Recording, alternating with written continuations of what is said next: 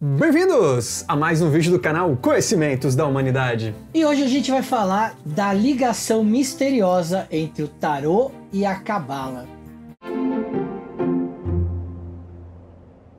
Léo, nós finalmente estreamos o nosso projeto de financiamento coletivo para fazer acontecer o nosso tarô do Conhecimentos da Humanidade. É muita alegria. Muita alegria, a gente está contando com você para esse projeto dar certo, para esse projeto funcionar. Então a gente resolveu criar uma série de vídeos sobre tarô para ajudar você a tomar essa decisão, para ajudar você a ver como você pode usar o seu tarô não só como uma ferramenta de oráculo, mas o que o tarô tá ligado. Então acompanhe essa série com a gente e aproveita e dá uma passada lá no Catarse e faz o seu apoio no nosso financiamento coletivo. É isso aí, para que será que serve o tarô, né? A gente vai falar de algumas possibilidades. O tarô por si só é um sistema completo. E todo o sistema completo também faz parte de uma estrutura complexa dentro de um conhecimento. Esse conhecimento é entrelaçado em que muitas outras artes têm seu lugar nas ciências ocultas. E esse sistema aí de estrutura complexa,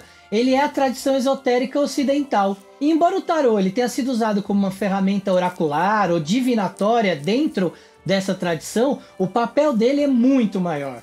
E aí os conhecimentos, o corpo de conhecimentos que compõe a tradição esotérica ocidental é muito grande, mas existem algumas pedras angulares que ligam as tradições. Entre tarô e a cabala, essa pedra chama-se Ots Shin, cujo entendimento fornece a chave para essa conexão.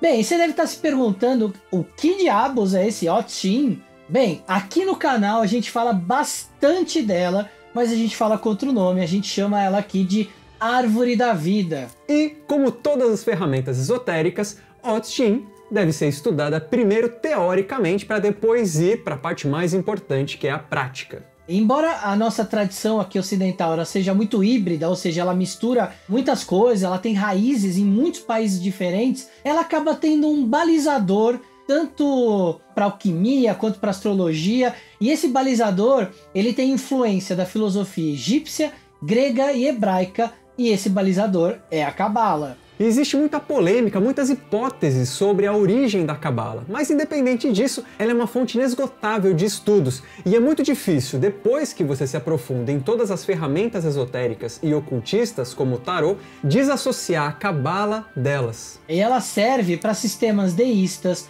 enoteístas, ateístas, politeístas, panteístas. Isso só para dar alguns exemplos. Ela se encaixa também como uma leitura das mitologias do passado, do presente e também do futuro, porque ela trata basicamente da consciência divina no macrocosmos e da consciência humana no microcosmos. Poucas coisas podem ser ditas com certeza sobre a cabala. Uma delas, ou pelo menos uma das únicas, é que tudo que é estudado torna o homem, seu universo e sua criação mais compreensíveis. Ela ajuda a trazer essa compreensão do divino para um nível mais mundano, ou seja, aqui do nosso mundo, algo mais próximo da nossa realidade.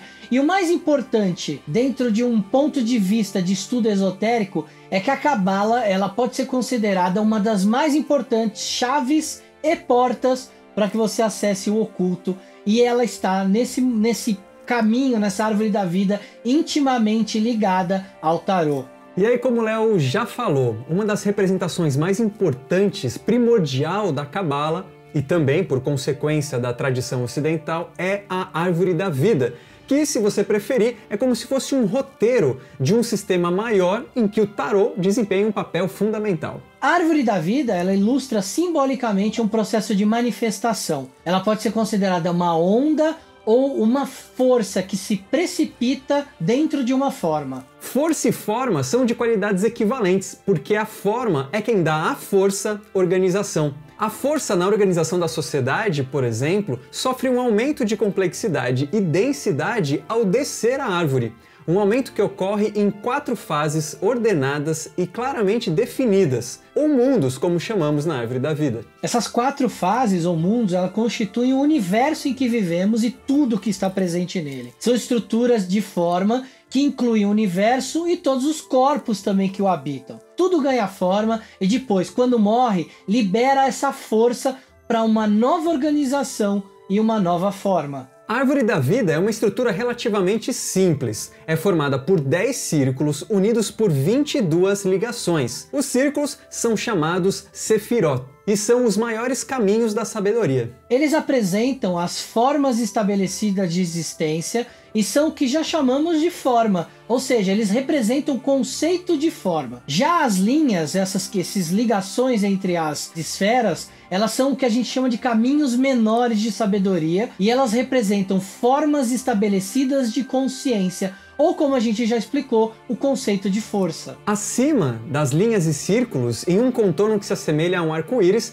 você verá 3 linhas diferentes na forma de um arco chamado Ain, Ain Sof e Ain Sof Aur. Além deles, existe o imanifesto, ou o não manifesto. Ele é a raiz e a fonte da árvore da vida, porque é o local de onde originalmente toda manifestação procede. Mas para nós ele é inimaginável, inexplicável ou inefável, como a gente às vezes diz. Porque tanto quanto sabemos, ele é infinito, ele é desprovido de forma e, portanto, ele está além do alcance das nossas mentes, que como a nossa mente individual é composta por limitações de uma realidade manifesta e finita. Bom, Ain, Ain Sof e Ain Sof Aur, ou seja, o nada, ilimitado e luz ilimitada, carregam conjuntamente o nome de 3 véus da existência negativa. Eles definem as 3 maneiras pelas quais as forças podem manifestar: ativa, passiva e equitativa. Lá em cima a gente tem as 3 principais Sefirot. Elas são numeradas de 1 a 3 e são chamadas de triângulo sobrenatural. Logo abaixo a gente tem as esferas 4, 5 e 6, que são considerados o triângulo ético, e mais embaixo 7, 8, 9, que são considerados o triângulo astral. Nessa composição, cada esfera ou sefira tem um número, que vão corresponder aos arcanos menores do tarô. Logo, a esfera de número 2, chamada de Rokhmah, corresponde aos 2 no tarô. A esfera 1, que é Keter, corresponde aos Ases. A esfera 3, que é Binah, aos números 3 do tarô e assim por diante. E aí tem as ligações entre as esferas. Essas ligações são numeradas em 22 ligações e elas correspondem aos arcanos maiores. Começa pelo louco, que liga ali Keter até Rokhmah, depois vai para o mago, que liga Keter a Binah, e vai descendo a árvore da vida até o último arcano, que é o mundo, que liga justamente Yesod a Malkuth, ou Malhut. Mas além disso, a gente ainda tem as cartas da corte, mas vai um aviso, a gente vai apresentar uma das versões, beleza? Vamos lá, o naipe de paus, representado por Rokhmah, que além do 2 também representa todos os cavaleiros. E a gente tem o naipe de copas, que é representado por Binah, que além dos 3 representa todas as rainhas. O naipe de espadas é representado por Tiferet, que além dos números 6, ele também representa todos os reis. E o naipe de ouros, que representa Malkuth ou Malhut, que além do número 10 no baralho, ele também representa os príncipes. Nas tradições mais comuns do tarô, os naipes também representam elementos ligados com essas esferas. Então paus é o fogo de Rokhmah, copas é a água de Binah, espadas é o ar de Tiferet e ouros é a terra de Malhut. A gente pode até dizer que alguns arcanos menores representam a essência dessas esferas. O cavaleiro e o 2 de paus para Rokhmah, a rainha e o 3 de copas para Binah, o rei e o 6 de espadas para Tiferet e o príncipe e 10 de ouros para Malhut. Então a gente trouxe aqui um pouco de como é a ligação do tarô com a cabala, deu algumas dicas de leitura, inclusive, com relação aos triângulos, às esferas, as ligações entre as esferas. Não se esqueça, o projeto do Conhecimentos da Humanidade está no ar. Você pode ajudar a construir o tarô do Conhecimentos da Humanidade. A gente conta com você. Corre lá no Catarse. E você? Percebeu que se você entender uma esfera e uma outra esfera ligada, esse caminho é um arcano maior do tarô? Ou seja, para passar de uma energia para outra você passa por uma carta do tarô? Coloca aqui embaixo nos comentários. Um beijo no seu coração e até breve.